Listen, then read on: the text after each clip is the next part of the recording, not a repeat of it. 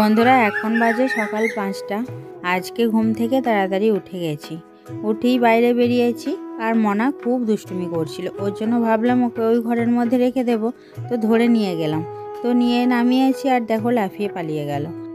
আর খুব দুষ্টুমি করে জানো তো, ঘরের মধ্যে ঢুকে একদম যা তার দুষ্টুমি করে। ওর জন্য মা বেঁধে রেখেছিলেন, কিন্তু বাঁধার পর এত লাফাচ্ছিল একদম যা তা ভাবে, সেই জন্য আবার বাঁধনটা খুলে দিতে হলো।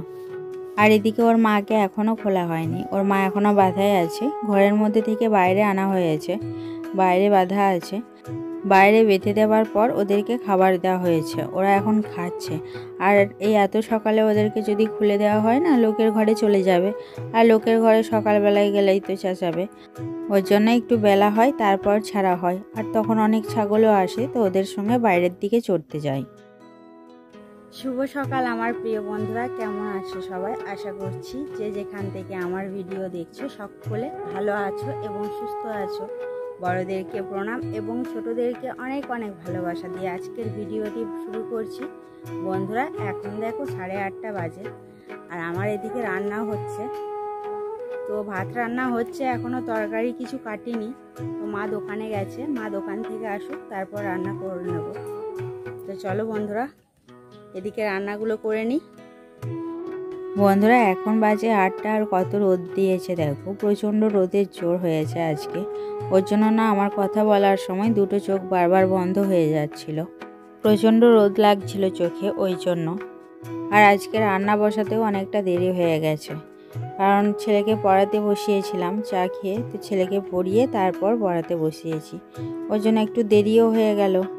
না হলে 8টার আগে রান্না বসিয়ে দিই, তাহলে এদিকটা রান্না হয়ে গেলে ওদিকটা ছেলেকে তাড়াতাড়ি রেডি করাতে পারি, না হলে দেরি হয়ে যায়। দেখা যাক মা কখন আসেন দোকান থেকে। আর মা দোকানে গেছেন বিশেষ করে আলু কেনার জন্য আর কিছু মশলা কেনার জন্য।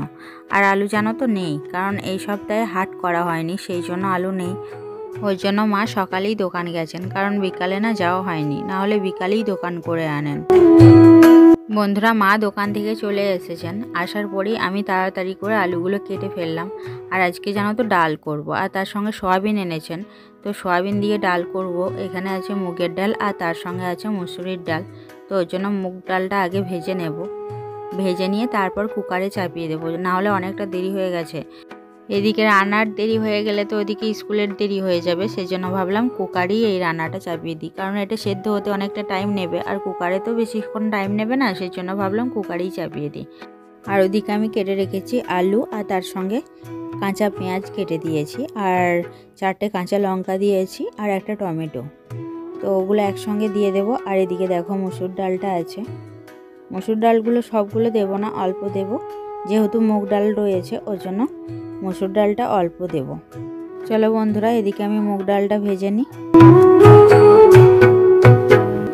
বন্ধুরা এদিকে আমার ডালগুলো ভাজা হয়ে গেছে, ওই জন্য নামিয়ে নিলাম, আর তার সঙ্গে কুকারটা চাপিয়ে দিলাম।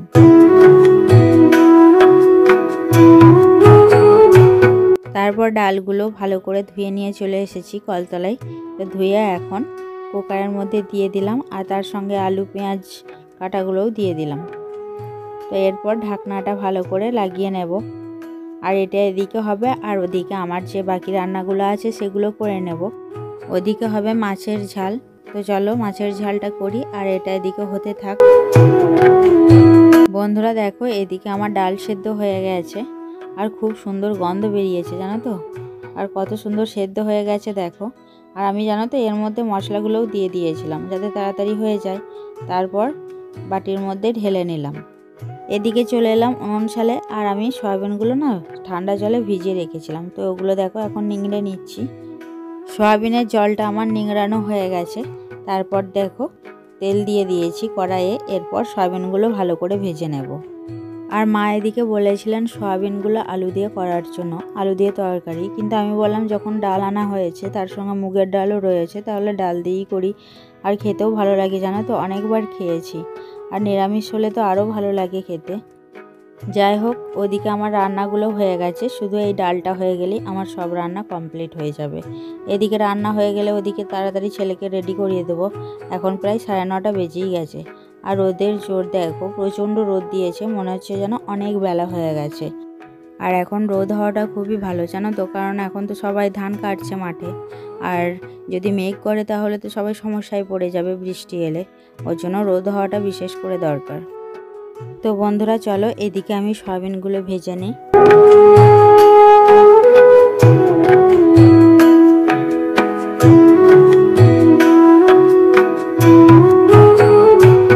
তো বন্ধুরা এদিকে আমার সয়াবিনগুলো ভাজা হয়ে গেছে, এখন নামিয়ে নেব। সয়াবিনগুলো নামিয়ে নেওয়ার পর এর মধ্যে তেল দিয়ে দিলাম। তেল দেওয়ার পর আদা রসুন একসঙ্গে বেটে রেখেছিলাম, তো সেটাকে দিয়ে দিলাম। আর বন্ধুরা জানো তো, 5 ফোড়ন নেই, ওই জন্য 5 ফোড়নটা দেওয়া হলো না। আর আমার মনেই ছিল না যে নেই, না হলে মা তো দোকানে গিয়েছিলেন, মাকে বললেই হতো, তাহলে মা এনে দিতেন। কিন্তু আমি একদম ভুলে গেছি নেই। তো যাই হোক, এখন দেখো সয়াবিনগুলো দিয়ে দিলাম। আর কিছুক্ষণ চাপানো থাকবে উনানের মধ্যে। সয়াবিনগুলো নরম হয়ে গেলে তারপর নামিয়ে নেব, কারণ একটু ভাজার ফলে সয়াবিনগুলো না একটু শক্ত শক্ত হয়ে গেছে। তো যাই হোক চলো, এদিকে এটা হতে থাক। আর আমি ওদিকে ছেলেকে স্নান করিয়ে দেব, কারণ ছেলে স্কুলে যাওয়ার সময় হয়েই গেছে। তো বন্ধুরা ওদিকে ছেলেকে স্নান করানোর পর এদিকে আমি রান্নাটাও নামিয়ে নিয়েছি। দেখো এদিকে হয়েছে সয়াবিনের ডাল, আর তার সঙ্গে এদিকে আছে মাছের ঝাল, আর তার সঙ্গে করেছি মাছের টক। তো এই মাছগুলো ছিল, ওর জন্য মা বললেন টক করার জন্য। তো বন্ধুরা চলো, এখন যাব আমি স্কুলে ছেলেকে নিয়ে। বন্ধুরা এখন বাজে দুপুর 12টা। ছেলেকে স্কুলে দিয়ে আসার পর বাড়িতে কিছু কাজ ছিল।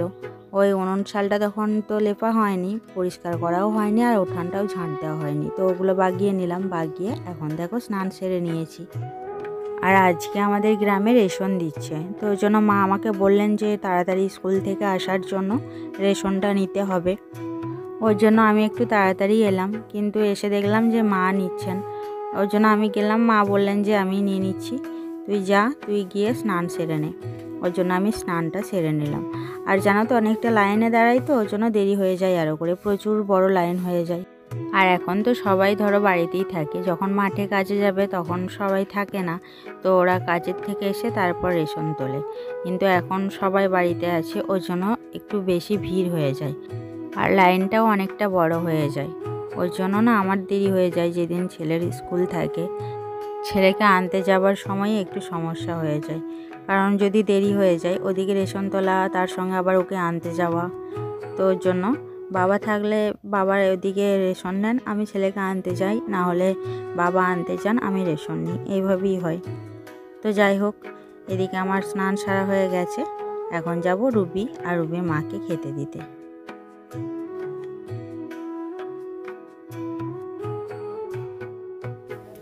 বন্ধুরা স্নান সেরে নিয়েছি, স্নান সেরে এখন রুবি আর রুবির মাকে ওদেরকে জল দিতে যাচ্ছি, তারপর এসে ছেলেকে আনতে যাব।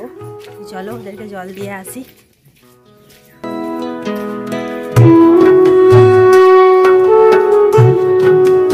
বন্ধুরা রুবি আর রুবির মাকে তো তোমাদেরকে অনেক দিন শেয়ার করা হয়নি, কেন জানো তো, ওরা এখন আমাদের বাড়িতে থাকে না, ওরা থাকে গ্রামে যে পিসির বাড়ি আছে, পিসির বাড়িতে। কারণ আমাদের না এই বর্ষার সময় প্রচণ্ড সমস্যা হচ্ছিল, প্রচুর কাদা হয়ে যাচ্ছিল, ওদের খুব সমস্যা হচ্ছিল। সেই জন্য পিসি বললেন ঠিক আছে আমাদের বাড়িতেই নিয়ে রাখ। তো সেই জন্য ওখানেই বাঁধা থাকে এখন, আর বাইরে এখানেই বাঁধা থাকে। তো ওদেরকে এখন খেতে দিতে এলাম, আর সেই সকালে দিতে এসেছিলাম, আর মা একবার দিয়েছিলেন, আর দেওয়া হয়নি, তো ওর জন্য একটু দেরি হয়ে গেল খেতে দিতে। আর এদিকে দেখো গোবরটা পড়েছিল, তো ভাবলাম ঘুঁটে দিয়ে দিই, তো ওর জন্য এখন ঘুঁটে দিয়ে দিয়েছি। আর আমরা এখানেই গোবরের ঘুঁটে করি, আর যখন বর্ষায় বৃষ্টি হয় তখন পিসিদের বাড়িতে।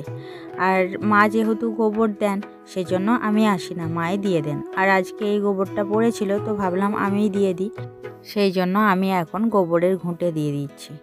আর আমি এদিকে আসি না, জানো তো, খুব একটা আসি না বলতে গেলে চলে, যেহেতু মা বাড়িতে থাকেন। এখন আমাকে আসতে হবে, কারণ এখন মা তো মাঠে যাবেন, তো মাঠে গেলে আমাকে আসতেই হবে। তখন রুবি আর রুবির মাকে খেতে দেব, আর তার সঙ্গে যে গোবরটা থাকবে সেটা এখানে দিয়ে যাব। তো যাই হোক, এখানে এইটুকুই গোবর ছিল, তো এইটুকুই দিয়ে দিলাম।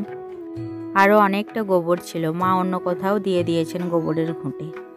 আর এই জায়গাটাতেও দেখো অনেককে দিয়েছে। আর এই ছেলেগুলো এখন খেলা করে এইখানটায়, না হলে কি বলো তো, এখানে অনেকে গোবরের ঘুঁটে দেয়।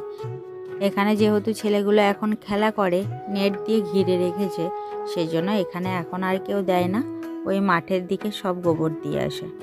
যাই হোক, আমি এখন যে কলটায় হাত ধুচ্ছি সেই কলটার থেকেই জল নিয়ে রুবি আর রুবির মাকে দিই, তাহলে তাড়াতাড়ি দেওয়া হয়, যেহেতু কাছে আছে কলটা সেই জন্য।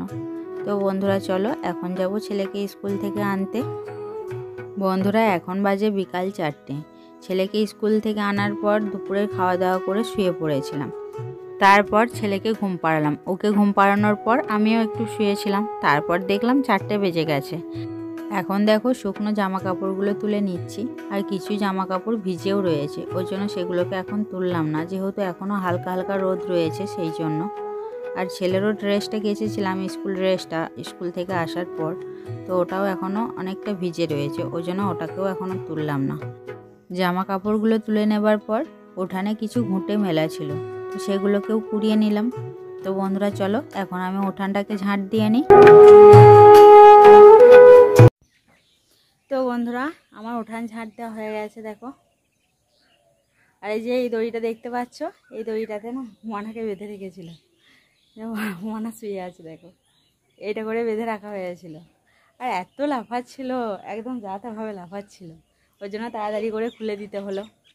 তো যাই হোক বন্ধুরা, ভিডিওটি আর বড় করলাম না, এই পর্যন্ত রইল আজকের ভিডিও। যদি তোমাদের ভিডিওটি ভালো লেগে থাকে অবশ্যই লাইক কমেন্ট করো, আর তার সঙ্গে সকলে ভালো থেকো। ধন্যবাদ।